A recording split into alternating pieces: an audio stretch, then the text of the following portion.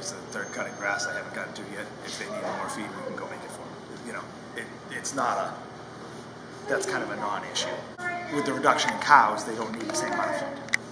And so, you know, I don't know what the overall program is for all the cows right now. It was to split them, get them where they're cared for and where they're milked. I know that they're full-on committed to rebuilding, you know, and they're committed to dairy farming. So I think, you know, in a time of tragedy, and, you know, at the same time you pick yourself back up and figure out, okay, what we were doing was we were in the middle of a very difficult industry. Being a small-scale dairy farmer competing on a commodity market is a difficult place to be. I mean, and whether you're small-scale or large-scale dairy farming, it's been in the news a lot, but there's a lot of production and the markets have shifted and it's a tough thing. Oh, yeah. It's gotten worse recently. They're losing money. I mean, they paid more for milk in 1972 than they do now. And knowing these folks and knowing the support and the team and the people that have come out and said, hey, we're willing to help, we're willing to help strategize, you know, the sad part is that they have just recently kind of turned that farm around. They got a grant last year from the Department of Ag. They redid that whole barn. Their new business plan, you know, they were going to do some retail. They get a lot of good stuff going on.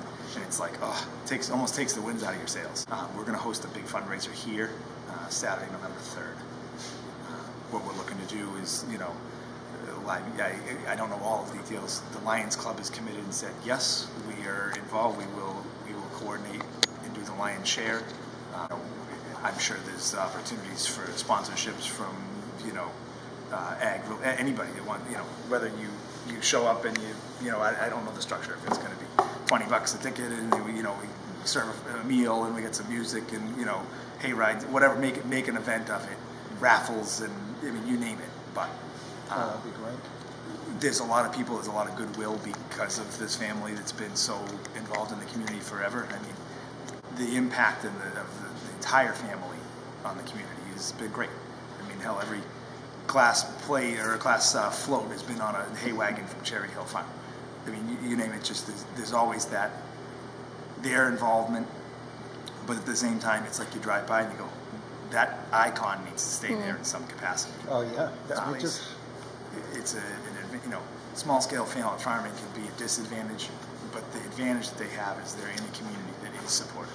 The farm itself is one part of it, but they farm land all over Lunenburg. The hay fields and the cornfields and all the stuff that they've got going on is really what helps to keep that character of the town itself. Have and continue to maintain a lot of open space in town. So where Lunenburg likes its rural community, this is something that they, you know, now have an opportunity to support, as they did in 1992. I mean, the community came back. I mean, it was unbelievable the amount of people that showed up and worked every single day, from electricians and plumbers and framers and carpenters and people putting roofing on, and you name it. It was really impressive. 10:45 or so, there isn't a drop of milk produced here. Therefore, we have zero income from that point on. Wow. Right. It is that severe. It goes from your milk check comes in, your milk product gets picked up every other day, to you have nothing. Wow. And the hay is in pause mode. We will be able to, lots of people have begun to discuss, you know, we can market it for you, we can get it done. That's another thing. Hay, and now we will sell more because we don't have the herd to use it for this year particularly. So that was another set of offers that began to come in. A gentleman, Dan Pickard from Littleton, called up immediately. Let me know what I can do to make sure that your hay gets dispersed and sold. More Padula Brothers, let us know what we can do. We are certainly a business with whom we deal, but they're like family for us. And, you know, whatever they could do for us, they would. Anything. But then the community. I was at church, directing choir at United Parish of Lunenburg, when Charlie pulled me to the back of the church and said, we think the silo's going down. He didn't even know yet. So service was just beginning, and my son Ian was sitting in the choir in the front row, and we began service, and right at the time of prayers, I asked for prayers because all I knew was it looked like the silo was going down. That was the last I'd heard. And almost instantaneously, Ian's phone went off, and an ambulance and fire truck went by the church, which is in the center of town, and we just knew. We just knew when I looked at Ian, and he said, I'm leaving. And he did. So right away, and that church has been integral in the formation of this farm anyway. My parents met there.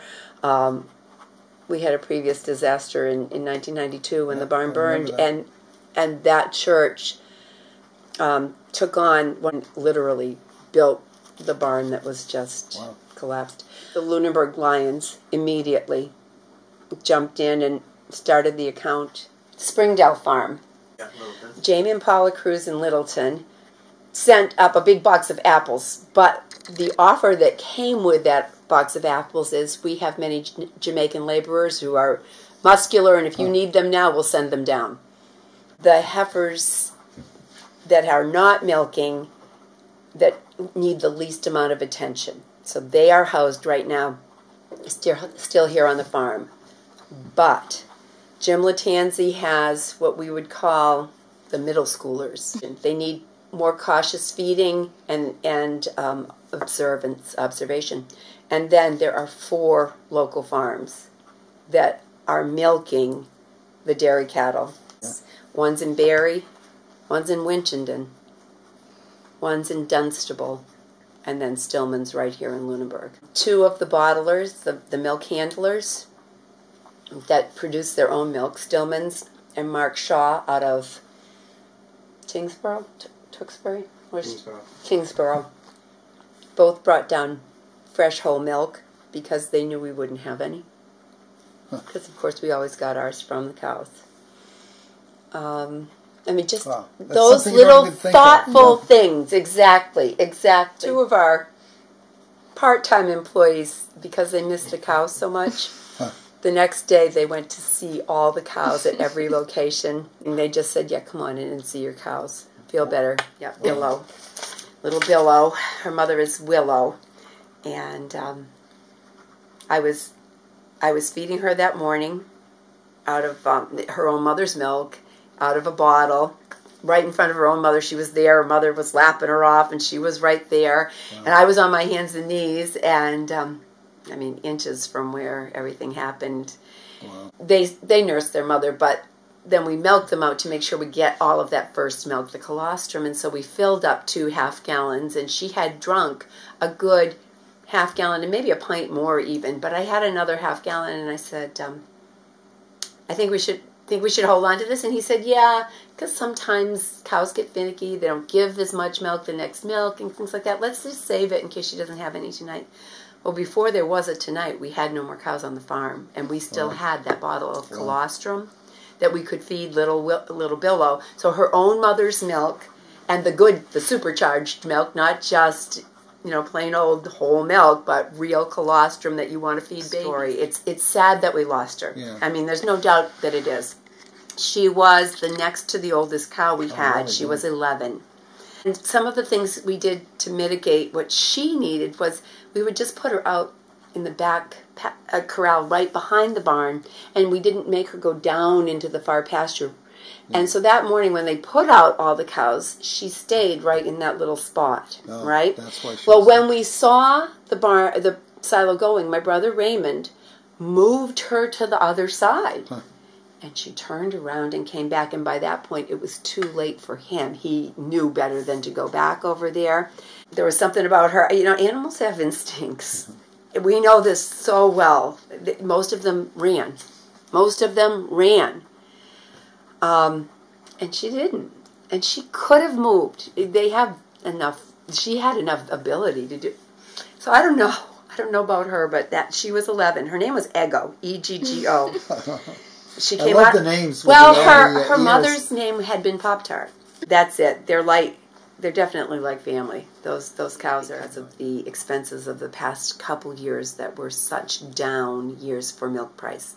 So we were looking at alternative ways to generate income anyway. Now I'm not sure the realities of what it costs to rebuild, what it costs to demolish. they're looking creatively at the buildings that we do have here and what we can do with those, what might be salvaged, who's available to continue on a long term, what our ages are, and the like, and being realistic. We have incredible cheerleaders in the town, and they would love to see, in some fashion, Cherry Hill continue. And I understand that it's not just nostalgia. A lot of it is. A lot of it is that comfort feeling that, you know, there's 2 dairy farms in town, and Lunenburg's a farm town, and it feels good. But I think it's also a matter of, nowadays you want to be local, buy local, try to work within your carbon footprint as best as you can. And we were looking toward those ways